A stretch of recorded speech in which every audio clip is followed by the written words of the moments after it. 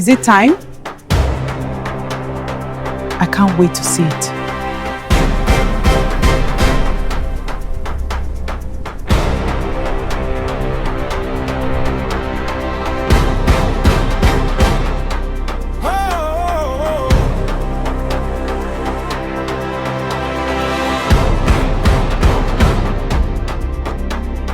Voice of the people, stories that matter.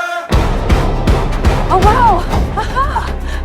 Truth in every moment, now and forever. Across every border, across every land, we form, we empower, together we stand.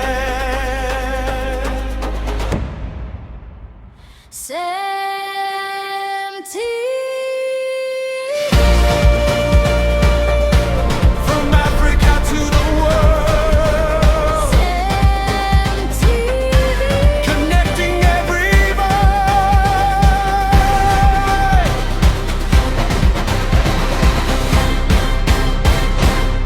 A good morning to you, ladies and gentlemen, tuned in to SEM TV this morning. This is the Morning Pulse, and this segment is the Online Trends segment. I am Emmanuel Tamanot NRE, but you can call me Tammy for short. Of course, I'm not doing this segment alone. I have the weather oracle with me today. I'm not really surprised that it's just going to be raining throughout Port Harcourt today. You know, no, as I saw no sign of sunlight, I was like, well, it was something similar yesterday, so the same thing happening today is not really much of a surprise. Well, to start with, today is the 1st of July, so I am actively expecting showers of blessings. I don't know if I'm somehow to be thinking that way, but I'm expecting showers of blessings. I'm expecting the rain. I'm ready for the rain, actually. Good morning, Indeed. Tammy. How are you doing? Well, I'm doing great. You know, as you said, it is the new month, so there's a lot to thank God for. Most You know, definitely, despite most how definitely. bad things are, we're here to see it. The fact that you are also here to watch us is also a massive blessing. So Yeah. I think we started the new month on the very right step. Yeah, as it should be. I know that 2026 has been hectic, globally,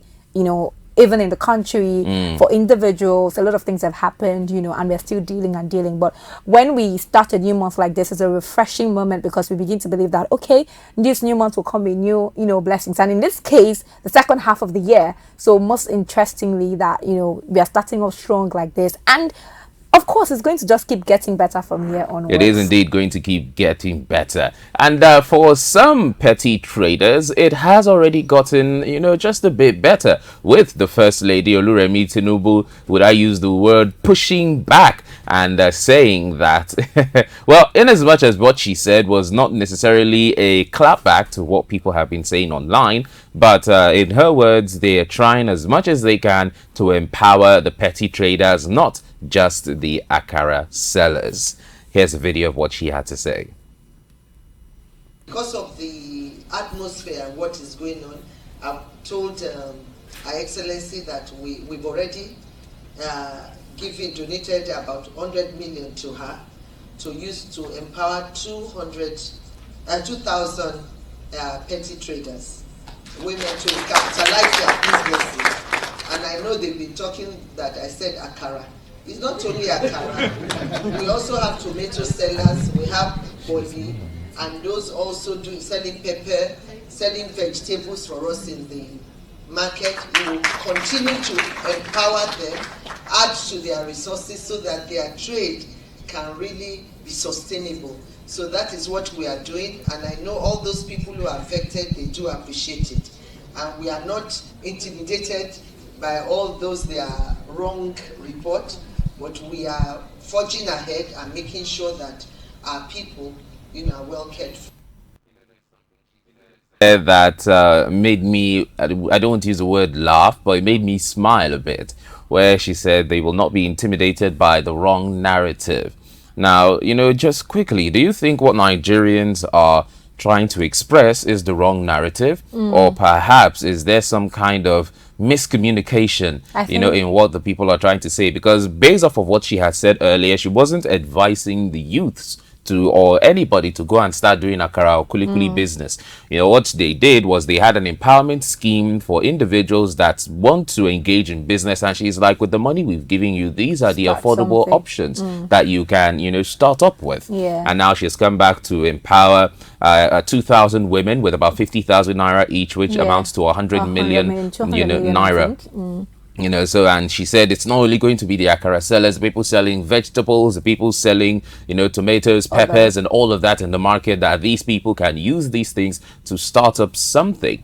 So, and when she talked about how they're not going to be intimidated by the wrong narrative, it all brings me back to what I had asked earlier. Are Nigerians pushing the wrong narrative, or is it just a matter of, you know, we've been so swamped with suffering that any little thing sees a bite back? So I think that there's a miscommunication, right? Because I personally watched the video of where the First Lady was talking about the small businesses, and if you watch that video, you're going to be very clear on what she was saying. Obviously, like you mentioned, there were people who received an empowerment, you know, who received grants, and she said instead of using these grants to go and do something that isn't reasonable, use these grants to start any kind of business, giving examples, Akara business and the rest of them, you know. So that is what has been misconstrued by Nigerians into thinking that she said Nigerian youths, you know, should go ahead to do Akara and the rest of them. So to a very large extent, we're exaggerating the situation because that's not what she said, you know. But I can understand again the plight of Nigerians. We are trying to hold those people accountable for something they're supposed to do.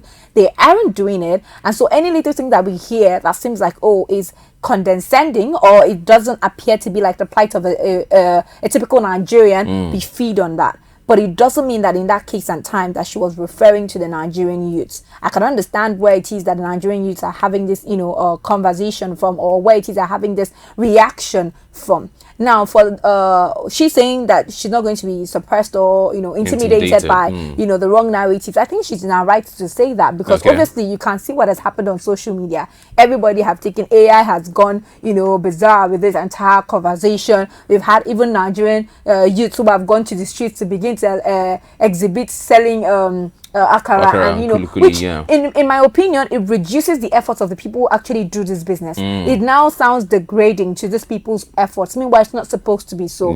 This is a decent job. It is a decent work that people are doing. It is legal and it is legitimate. And it's legitimate, and people should not degrade it the way that it is being done right now. And so she is within her rights to say that. And of course, these are not like the huge a huge thing that we're expecting from the government. But I also state again that we do. Oluwemi Tinubu doesn't owe us anything. It's the husband who owes it to her. She only has a place as an office of the First Lady to decide to take a pet project or the other. Now, if she doesn't decide to do that, it makes her a bad First Lady, but it doesn't mean that she's constitutionally bounded to us to do anything for Nigerians. So what she's doing is within her own rights to do what she feels like she can do, and that is entirely her own world, her business. You know, you said something about her doing it under the Arise agenda.